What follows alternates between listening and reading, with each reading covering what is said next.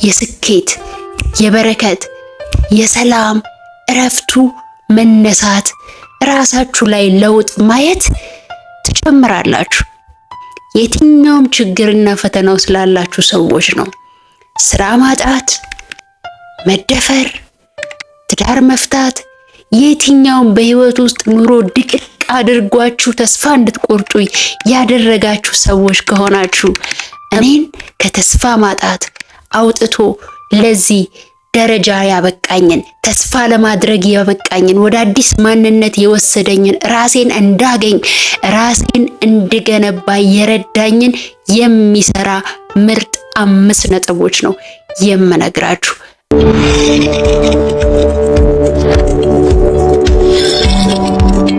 ሰላም የፔሪስ ፐርስፔክቲቭ ቤተሰቦች፣ እንኳን ሰላም መጣችሁልኝ።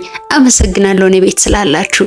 ባለፈው ሰኞ በለቀኩት ቪዲዮ ብዙዎቻችሁ እንደተማራችሁ አምናለሁ። እንዲሁም ደግሞ በውስጥ የጻፋችሁልኝ ሰዎች አላችሁ፣ በጣም ብዙ መከራ ውስጥ ያለፋችሁና ዛሬ ላይ መበርታት፣ መነሳት፣ መጀገን የምትፈልጉ እንዴት ነው ወደ አዲስ ህይወት ራሴን ወደ ማግኘት የሚሄደው የሚለው ጥያቄ በተደጋጋሚ ጠይቃችሁኛል።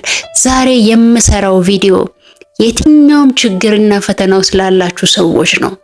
ስራ ማጣት፣ መደፈር፣ ትዳር መፍታት፣ የትኛውም በህይወት ውስጥ ኑሮ ድቅቅ አድርጓችሁ ተስፋ እንድትቆርጡ ያደረጋችሁ ሰዎች ከሆናችሁ እኔን ከተስፋ ማጣት አውጥቶ ለዚህ ደረጃ ያበቃኝን፣ ተስፋ ለማድረግ ያበቃኝን፣ ወደ አዲስ ማንነት የወሰደኝን፣ ራሴን እንዳገኝ ራሴን እንድገነባ የረዳኝን የሚሰራ ምርጥ 5 ነጥቦች ነው የምነግራችሁ። እመኑኝ፣ ይሄንን ቪዲዮ እስከ መጨረሻው ካያችሁት ህይወታችሁን የመቀየሪያው ቁልፍ እጃችሁ ላይ ይሆናል። አንደኛውና የመጀመሪያው ትልቁ እርምጃ ስሜትን አምኖ መቀበል ነው። ስሜታችሁን መታገል አቁሙ። ስሜትን መቀበል ለፈውስ አንድ ትልቁ እርምጃ መሆኑን እወቁ። ብዙዎቻችን ሐዘናችንን፣ መጎዳታችንን እንደተሰበርን መናገርና ማመን ድክመት ይመስለናል።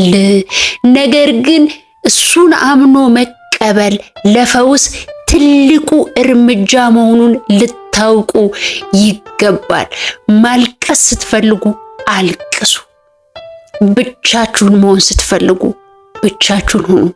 ስሜታችሁን መገደብ፣ ማፈን አቁሙና ተቀበሉት። ከፍቶኛል፣ ተጎድቻለሁ፣ በቃ አሁን መዳን እፈልጋለሁ ብላችሁ ልቅ ስሜታችሁን ማመንና መቀበል ስትጀምሩ ነው መፍትሄው ክሎኩ መቁጠር የሚጀምረው። ይሄ የሚሰራ እውነት ነው። ጠንካራ ለመምሰል መታገል አቁሙ። ሁለተኛው ነጥብ ራስን መውቀስ ማቆም ነው። ብዙዎቻችን ባለፈ ህይወታችን ውስጥ ለተፈጠሩ ለሆኑብን ለኛም ኃላፊነት ላልሆኑ ምንም ማድረግ ለማንችላቸው ነገሮች በሙሉ ራሳችንን መውቀስ ይቀናናል። አይምሮአችን ስራው ሁልጊዜ ለጥፋት ለሆነው ነገር በሙሉ ራሳችንን ተጠያቂ እንድናደርግና በራሳችን አይምሮ ውስጥ እንድንታሰር ማድረግ ነው።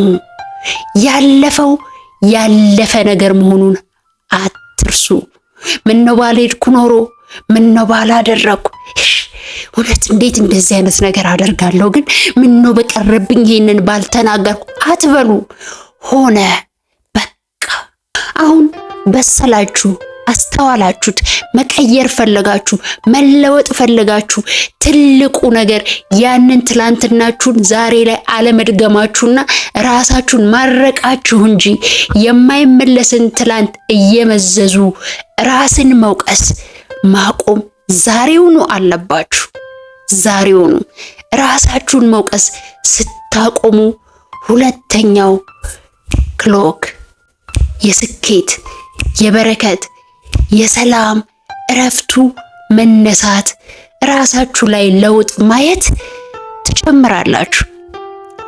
ሶስተኛውና እኔን በጣም የጠቀመኝ ጥቃቅን እርምጃዎችን መራመድ መጀመር።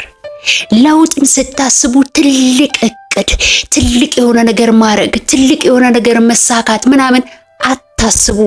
ምክንያቱም ከህመማችሁ እየወጣችሁ ነው፣ እየዳናችሁ ነው ገና። ስለዚህ ወደ ኋላ የሚጎትት ነገር ይኖራል። ስለዚህ አይምሯችሁ፣ ስሜታችሁ መለማመድ መሰልጠን አለበት። ለዛ ደግሞ ጥቃቅን የሆኑ ልማዶች ነው መጀመሪያ በህይወታችሁ መገንባት ያለበት። ዛሬ በጊዜ መነሳት ጀምሩ። ከቻላችሁ አንድ ገጽ እንኳን ማንበብ ሞክሩ።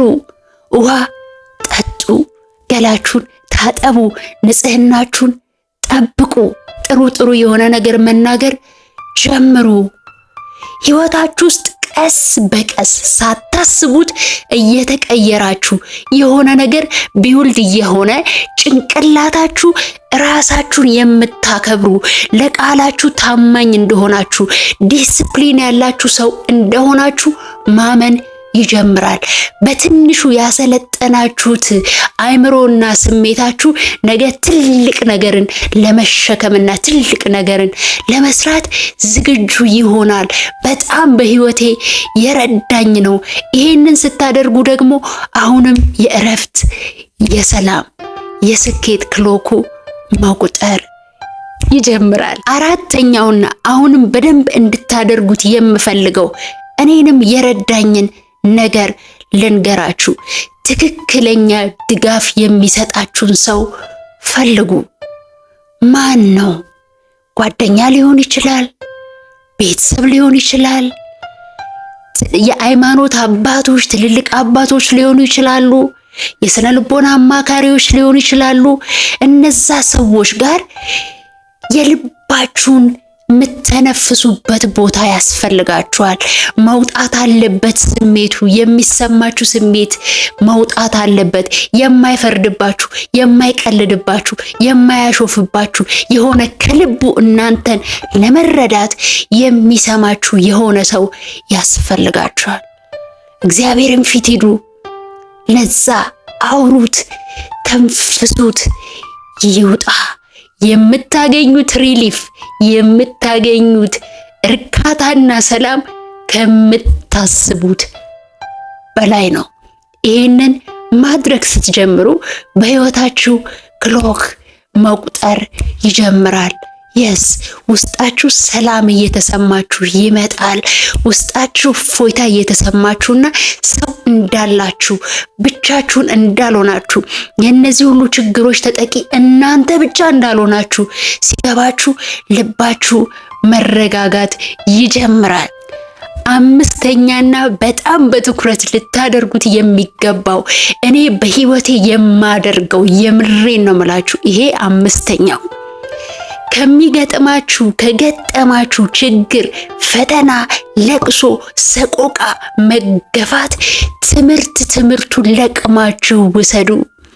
ፊውል አድርጉት፣ ነዳጅ አድርጉት፣ እልህ አድርጉት፣ የመቀየሪያ መሳሪያችሁ አድርጉት፣ መስፈንጠሪያ ወንጭፋችሁ አድርጉት።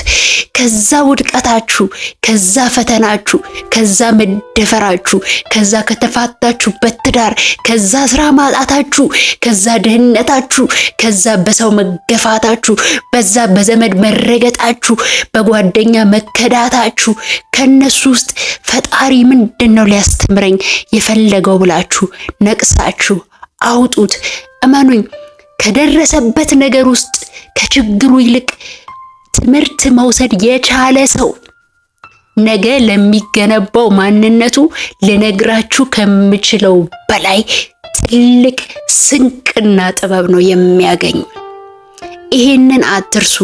እኔ በጣም በህይወቴ ከባባድ የሚባሉ ከልጅነቴ ጀምሮ የደረሱብኝ ፈተናዎች፣ ህመሞች፣ ስቃዮችና ለቅሶዎችን ያሸነፍኩትና እናንተ ፊት ዛሬ ቆሜ የማወራው ከፈተናዬ፣ ከችግሬ፣ ከእንባና ከለቅሶዬ ትምህርቶችን ማውጣት፣ ትምህርቶችን ማሰብ ምን ሊያስተምረኝ ነው ብዬ መገምገም በመጀመሬ ነው።